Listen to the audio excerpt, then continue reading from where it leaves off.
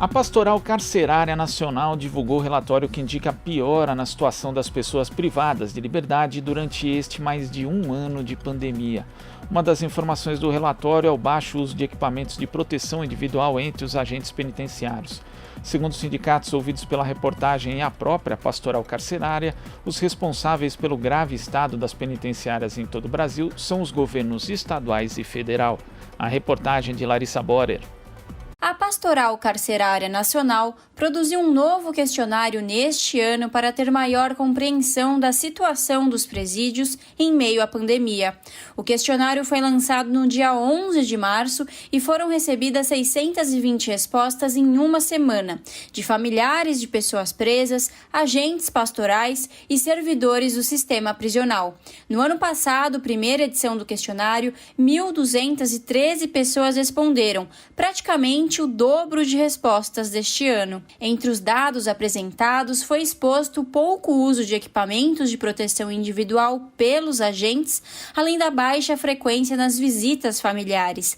Fábio Jabá, presidente do CIFUS-PESP, Sindicato dos Funcionários do Sistema Prisional do Estado de São Paulo, afirma que o maior problema das penitenciárias no estado desde o começo da pandemia é a falta de amparo do governo estadual aos trabalhadores do setor.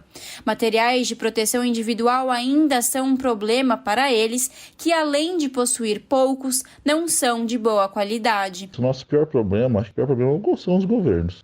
É claro que o federal, o caso dele é mais vacina, né? Mas quem é responsável pelos presídios aqui em São Paulo é o governo estadual. Aqui em São Paulo, o que nós sempre denunciamos? Falta de EPI, inclusive o EPI correto, que inclusive é a máscara N95, que não é a que foi fornecida pelo governo. Todo dia tem pessoas sendo presas, vão para os CDPs, e aí ficam lá isoladas 15 dias, mas aí não tem testagem, e aí tá superlotação, sabe? É uma conta que na verdade que não fecha, entendeu? O buraco sempre foi muito mais embaixo. Acho que o que o sindicato tem denunciado é sempre isso, a omissão do governo. O assunto é complexo. Luiz Piva, policial penal no Centro de Detenção Provisória 1 de Guarulhos e representante do SINDASP, Sindicato dos Agentes de Segurança Penitenciária de São Paulo, avalia que as medidas do governo municipal e estadual sempre foram no sentido de remediar e não prevenir. Segundo Piva, o ato de proibir as visitações de familiares foi uma medida imposta pelos funcionários para tentar impedir que o vírus chegasse nas penitenciárias. O sentimento de todos os policiais penais, dos colegas de toda a categoria, ainda é um sentimento de abandono por parte do governo. O governo só começou a tomar qualquer tipo de atitude quando começou a aumentar o número de mortes. Então, qualquer medida efetiva só foi sendo realizada não para prevenir, mas para tentar remediar. Quanto à questão da proteção dos detentos e dos agentes, sempre foi nesse cuidado paliativo. A Secretaria buscou isolar os presos, conseguiu que isso fosse amenizado, os casos de Covid dentro das unidades prisionais, mas, por outro lado, acabou cedendo a uma pressão dos visitantes e liberando as visitas. Quando isso aconteceu, o número de casos dentro das unidades aumentou. Isso daí prejudicou muito, porque os policiais que estão ali acabaram também sendo contaminados.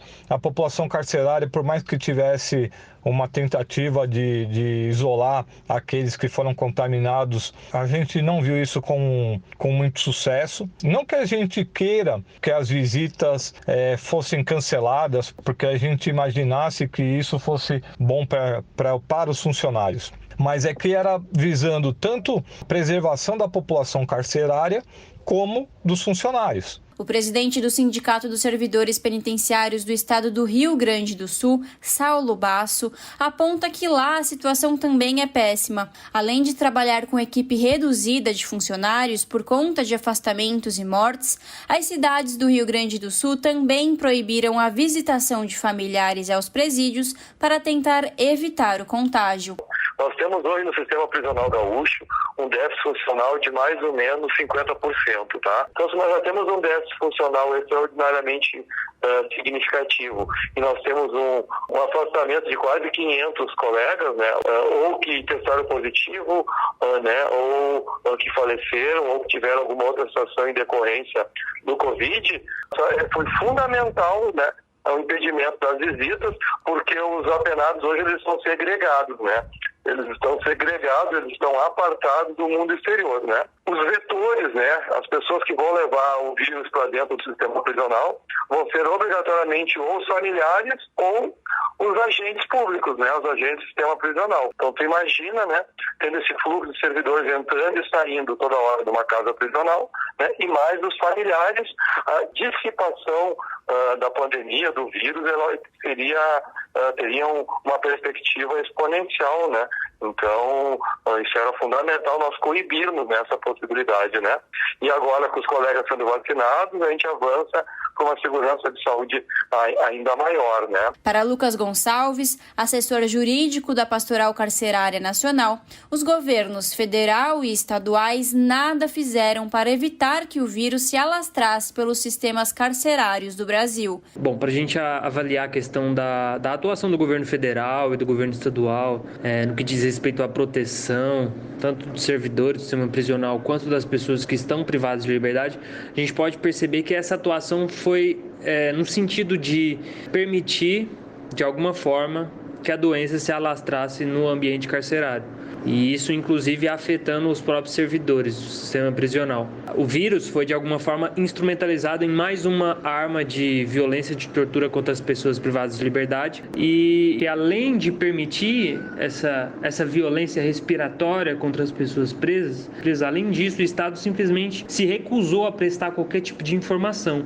A própria questão da testagem, quando o Estado deixa de realizar a testagem das pessoas presas, os dados que apresentam o número de pessoas contaminadas, eles são simplesmente prejudicados, né? Eles são viciados metodologicamente e isso é uma demonstração da subnotificação. O Estado continua encarcerando as pessoas, continua trancafiando pessoas dentro desses espaços, permitindo e legitimando que essas pessoas sejam vítimas da Covid-19. Larissa Borer, Rádio Brasil Atual. Você está ouvindo Jornal Brasil Atual. As notícias que os outros não dão.